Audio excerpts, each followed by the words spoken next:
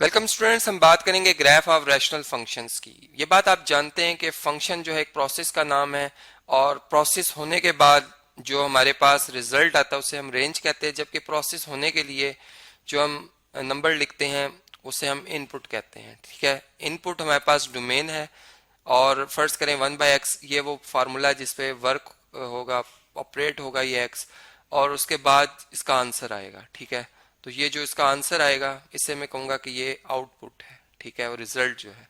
अब अगर हमारा एक फंक्शन जो है उसके प्रोसेस ऐसा हो कि उसमें जो हमारे पास एक्सप्रेशन लिखा हुआ है वो एक अलजेब्रिक एक्सप्रेशन हो, ठीक है, और उसमें न्यूमरेटर में भी एक पॉलिनोमियल लिखा हो, जैसे 2x³ + 3x लिखा हो फर्ज करें, और डिनोमिनेटर में भी फर्ज करें जैसे मैं लिखता हूँ 4x + 1 एक पॉलिनोमियल लिखा हो, तो इस तरह के एक्सप्रेशन को मैं कहूँगा ये रैशनल एक्सप्रेशन है। और अगर एक फंक्शन इस तरह के प्रोसेस से गुजर के जो है वो रेंज देगा, आउटपुट शो करेगा, तो वो फंक्शन कहलाएगा रैशनल फंक्शन। जैसे रैशनल नंबर्स होते हैं, आप जानते हैं 2/3 एक रैशनल नंबर है, चूंकि इसमें 2 भी एक इंटीजर है, 3 भी एक इंटीजर है, इसी तरह इसमें भी। तो अब हम अगर जैसे मैंने ऊपर एक फंक्शन लिखा है f(x), चलिए इसको मैं एज इट इज रहने देता हूँ। ठीक है, जैसे मैंने f(x) = 1/x लिखा है। अगर आप इस फंक्शन को देखें तो इस फंक्शन में हम जो डोमेन का एलिमेंट है x वो जीरो पुट नहीं कर सकते। अगर मैं x जीरो पुट कर देता हूँ तो उससे f(0) पे क्या असर पड़ेगा। f(0) जो है वो = 1/0 आ जाएगा, और 1/0 जो है वो अनडिफाइंड है। ठीक है, इसका मतलब कि यहाँ पे आकर फंक्शन हमें कोई आंसर नहीं करेगा। तो इसका मतलब जो डोमेन ऑफ एफ है उसमें मैं एक्स को जो जीरो है ये इससे बिलोंग नहीं करेगा। ठीक है, डज नॉट बिलोंग्स टू, क्योंकि आपको उसका रीजन पता चल गया, फंक्शन अनडिफाइंड हो जाता है। ये तो होगी बात थोड़ी सी रिवीजन के हवाले से। अब ग्राफ ड्रॉ करते हैं। ग्राफ बेसिकली जो हमारे पास पॉइंट्स हैं जो कि इस ग्राफ के पॉइंट्स हैं। ठीक है, पॉइंट्स ऑफ जो गिवन फंक्शन है। ठीक है, गिवन फंक्शन है, इसको हम प्लॉट करते हैं, इसको हम कहते हैं कि ग्राफ है ये। ठीक है, इनको प्लॉट करना। ठीक है, बेसिकली अब इनकी जो हमारे पास ग्राफ में जो पॉइंट्स आएंगे इस फंक्शन के वो क्या आएंगे, उनको जरा हम अंडरस्टैंड करते हैं। देखें, अगर मैं इस फंक्शन के वाले से आपको यूं कहूं कि अगर मैं x की वैल्यू 0 से ग्रेटर रख रहा हूं, क्योंकि 0 तो हम नहीं लिख सकते, अब इसको दो हिस्सों में मैं डिवाइड कर रहा हूं, तो अगर मैं 0 से बड़ी वैल्यू रखता हूं, ठीक है, वेरी वेरी नेक्स्ट फर्ज करें मैं फर्ज करता हूं कि मैं नंबर लिखता हूं 0.0001। ठीक है, अब मैं जब f(0.0001) की वैल्यू चेक करता हूं जो कि 1/0.0001 आएगी, तो ये क्या आएगी, इसको हम इधर कैलकुलेटर पे देख सकते हैं कि 1/0.00 3 टाइम्स 0 देन 1, तो ये 10,000 आ जाती है। इसका मतलब कि x की बहुत छोटी वैल्यू के लिए जो हमारे पास रेंज आएगी वो बहुत बड़ी आएगी। ठीक है, तो अगर मैं ये देखें, अगर मैंने यहाँ पर ग्राफ ड्रॉ करने के लिए, जैसे आपको इसका रूल पता है कि हम हॉरिजॉन्टल एक्सिस और वर्टिकल एक्सिस ड्रॉ करते हैं, जिन्हें मैं एक्स एक्सिस वाई एक्सिस कहता हूँ। ये दोनों परपेंडिकुलर्स होते हैं आपस में और ये एक कार्टेशियन प्लेन बनाते हैं। ठीक है, अब मैंने यहाँ पर ये जो डिस्टेंस है इतने डिस्टेंस को 1 यूनिट कहा हुआ है, तो ये फिर 2 यूनिट होगा, 3 4, और इतने ही मैंने यहाँ पर अगर वाई एक्सिस के लॉन्ग देखे तो इतने से डिस्टेंस को मैंने 10,000 कहा हुआ है, क्योंकि ग्राफ में पॉइंट्स ऐसे आ रहे हैं। जैसे आप देखें,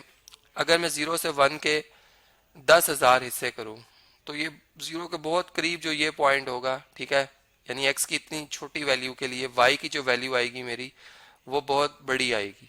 तो इसलिए इतनी जगह नहीं थी कि मैं उसको लाता। मैंने इस पॉइंट के लिए फर्ज कर लें कि ये जो पॉइंट है ये हमें 10,000 शो कर रहा है, इसका तो इससे पीछे जो पॉइंट होगा वो 20,000 शो करेगा, जरा सा पीछे, और ये 30,000। जितना डिवाइजर छोटा होगा उतना आंसर बड़ा आएगा। इसका मतलब कि हम जैसे जैसे जीरो की तरफ जाएंगे और आंसर यानी 50,000 और हो सकता है 50 लाख, 50 करोड़, अरब, तो कहीं इन्फिनिटी पे जाके हमारा ये कर्व जो है वो वाई एक्सिस को टच करेगा। इसलिए हम कहेंगे कि ये जो वाई एक्सिस है ये हमारे इस कर्व के लिए एसिम्पटोट है। ठीक है, अभी तो बात होगी यहाँ तक। अब हम जब 1 की तरफ अप्रोच करते हैं तो इसने 1 हो जाना है। अब ये अगर डिस्टेंस 0 से लेकर यहाँ तक 10,000 है, तो इसके अगर आप 10,000 हिस्सा करें तो ये बहुत ही यहाँ पर कहीं 1 आएगा, बहुत करीब होगा। ठीक है, तो तो ये कर्व हमारा कुछ इस तरह से मूव होता हुआ 1 पे आएगा, फिर 2 पुट करेंगे तो 0.5 और मतलब y के तरफ x एक्सिस को अप्रोच करेगा, 3 पे और इस तरह जैसे जैसे अब हम x की वैल्यू लार्ज करते जाएंगे, जैसे फर्ज करें मैं ये कहता हूँ कि मैं x की वैल्यू 50,000 रखता हूँ, ठीक है, चले इसको मैं रेस कर दूं यहाँ पर। इफ हम यूँ बात करेंगे x इज इक्वल टू 50,000 तो वैल्यू ऑफ द फंक्शन क्या आएगी? जाहिर बात है कि f ऑफ 50,000 बहुत छोटी वैल्यू आएगी। आप 1 के 50,000 टुकड़े कर रहे हैं, ठीक है, तो इसको हम देख लेते हैं कि क्या जवाब आ रहा है कि 1 डिवाइडेड बाय 50,000, सॉरी एक जीरो कम कर ले, तो ये 0.0002 बहुत छोटा नंबर आएगा, ठीक है, जो कि जीरो को अप्रोच करा। तो ये इस तरह से ये हमारा कर्व बनेगा जो कहीं एक्स एक्सिस को इन्फिनिटी पे मीट करता है। तो इसलिए मैं कहूंगा कि ये जो एक्स एक्सिस और वाई एक्सिस है ये मेरे इस ग्राफ के लिए एसिम्पटोट है। ये तो मैंने आप समझ लें कि इसका एक पार्ट ड्रॉ किया इस फंक्शन का, जब मैंने एक्स को जीरो से बड़ा तस्वर किया। अब मैं एक्स की वैल्यू चूंकि सिर्फ जीरो नहीं लिख सकता, मैं एक्स की वैल्यू नेगेटिव पुट कर सकता हूं। अब जीरो से जरा पीछे अगर हम आ जाते, ठीक है, जीरो से जरा पहले, तो जारी बात है कि अब रेंज हमारी नेगेटिव में आना शुरू हो जाएगी। ये फर्ज कर लें ये डिस्टेंस नेगेटिव का 10,000 फिर हो जाएगा उतने ही हिसाब से, ठीक है, ये 20,000 हो जाएगा नेगेटिव का इस तरह से, यहाँ पर नेगेटिव का 30,000 हो जाएगा, ठीक है, इसी तरह यहाँ पे नेगेटिव 40,000 हो जाएगा। तो देखें बिल्कुल यही कर्व हमें इसका जो अक्स है आप समझ यहाँ पे मिलेगा। ये डिस्टेंस फर्ज कर लें -1 है, ये यहाँ पर -2 है, यहाँ पे -3 है, यहाँ पे -4 है और ये -5। तो जैसे मैं जीरो से वेरी नेक्स्ट नंबर पुट करूंगा तो इसका बहुत छोटे में बहुत बड़ा आंसर आएगा। मतलब देखें फॉर एग्जांपल अगर मैं x -0.0001 पुट करता हूँ, ठीक है, अब मैं कैलकुलेटर पे ही इसको सॉल्व कर देता हूँ चूंकि टाइम शॉर्ट है।